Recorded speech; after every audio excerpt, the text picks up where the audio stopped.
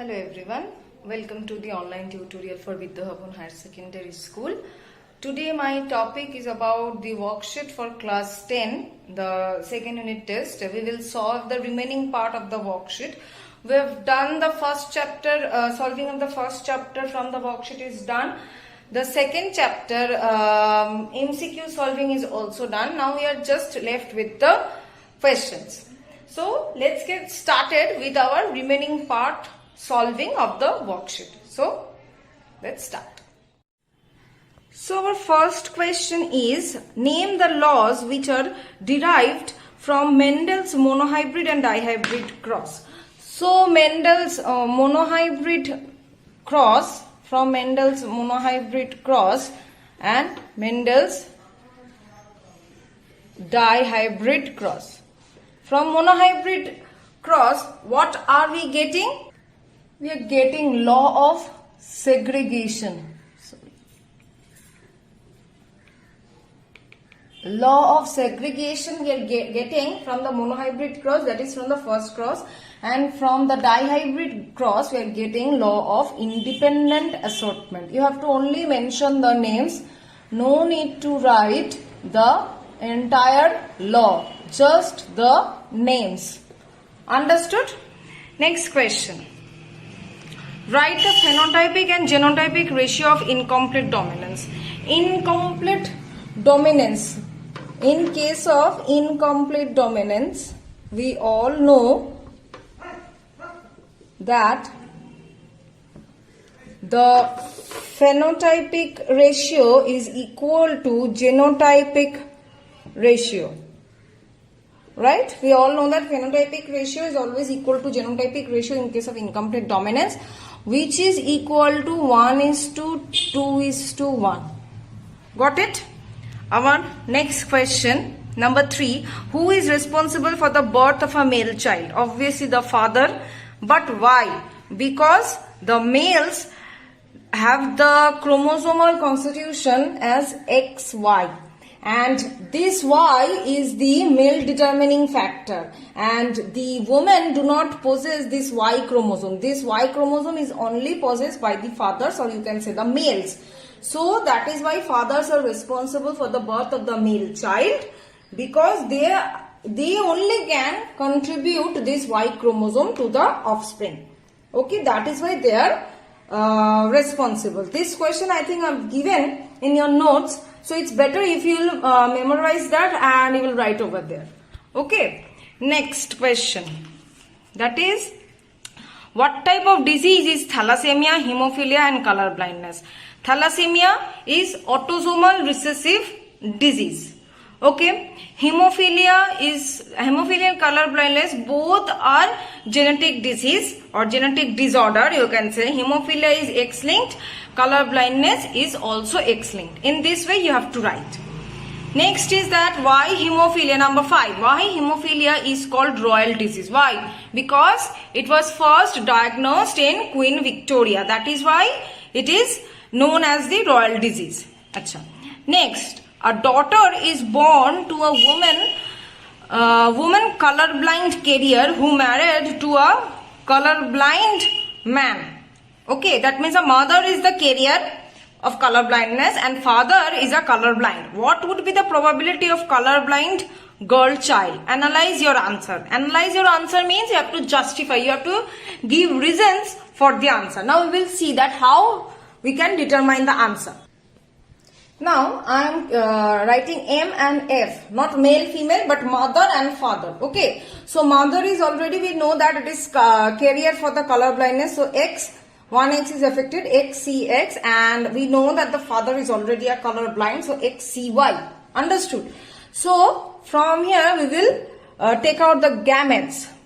So what are the gametes we are getting? Understood? Now we will do the checkerboard.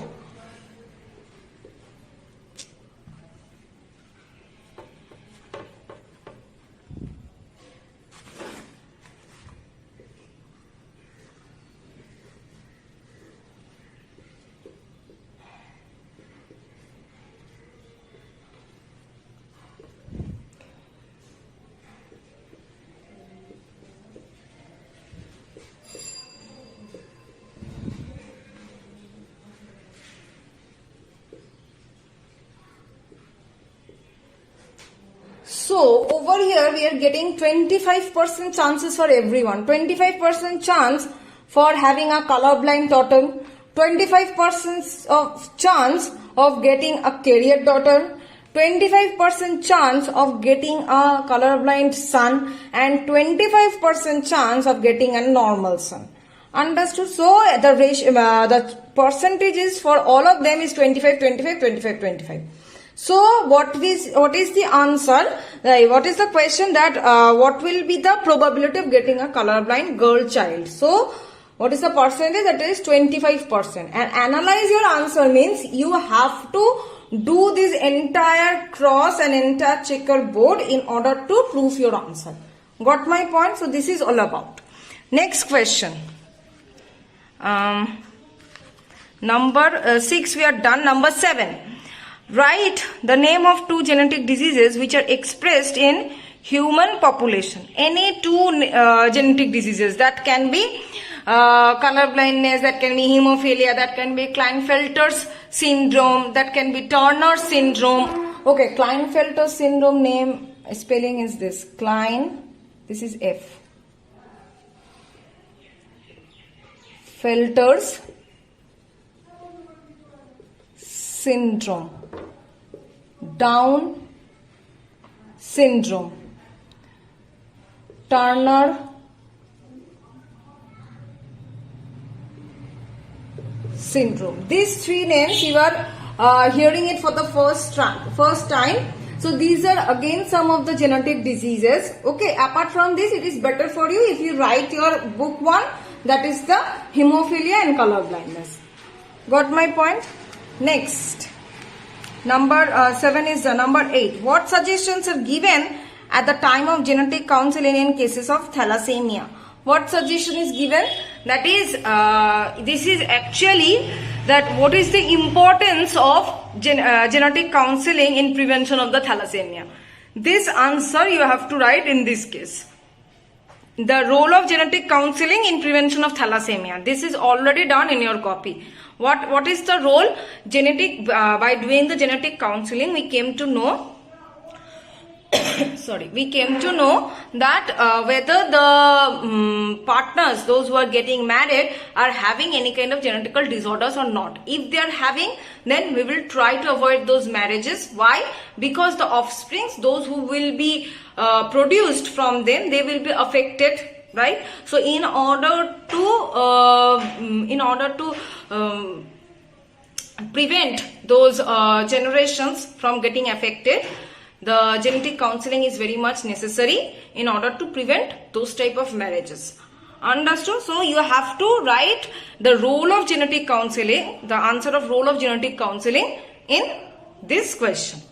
Got it? Now our next question.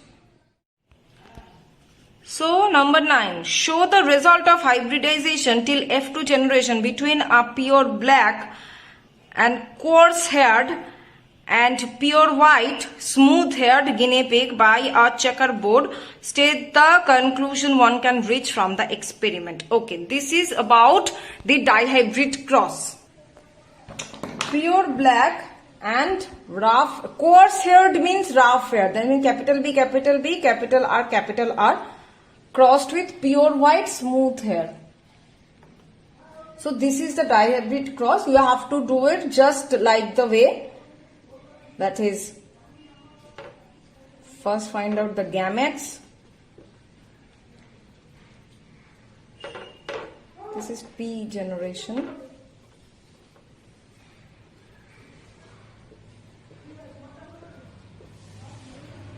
Then the crossing. Same thing over here. Then this is the F1 generation. Then the gametes will come out.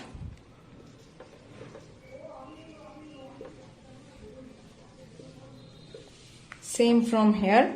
Now the cross will be taking place.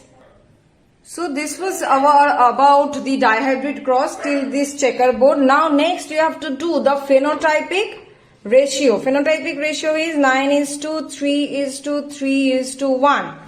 Next, we will do the genotypic ratio. Everything you have to write. What is the genotypic ratio? 1:2, 2:2, 2:4, 1:2,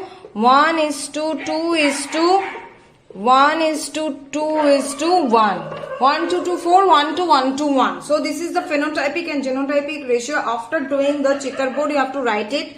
Next, you have to write what is the conclusion. Conclusion means you have to write Mendel's second law. That is, this was the conclusion. The second law has been concluded from this cross. So you have to write the name of the second law that has been concluded from this cross.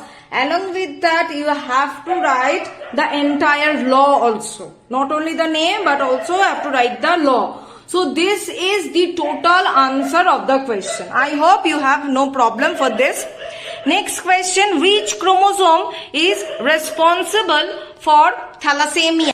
So you have to say that is the chromosome number. Okay, autosomes actually or body chromosomes are responsible for the thalassemia, but chromosome number 16 and chromosome number 11, these are actually primarily responsible for thalassemia. Next, our question is, demonstrate with the help of a cross that mothers are not responsible for the birth of a daughter child. So how we will do it? Let's see. So the first cross, this is the mother, this is father. So how many gametes are coming out from here? XX and over here XY. Got it? So 1X from the mother will be crossed with the 1X from the father, thus giving a girl child. And 1X from the mother will be crossed with the Y of the father, giving a boy child. So in this cross, it is proved that for a girl child, the father is responsible because the other X is actually given by the father. That is, this is just the answer of that, who is responsible for the birth of a male child and why. Similarly, this answer. But you have to write with the help of this cross. And you have to give the statement that as the father is contributing the other X, so yes, the father is responsible for the birth of a female child, not the mother. By obviously have to do this cross. Understood? Next, number 12. Show with the help of a cross how hemophilia is inherited. So we have to prove how hemophilia is inherited. So we have to prove it with the help of a cross. So I have taken one carrier hemophilic mother and one normal father. So the gametes that will be coming out is this. Now we have to do the checkerboard.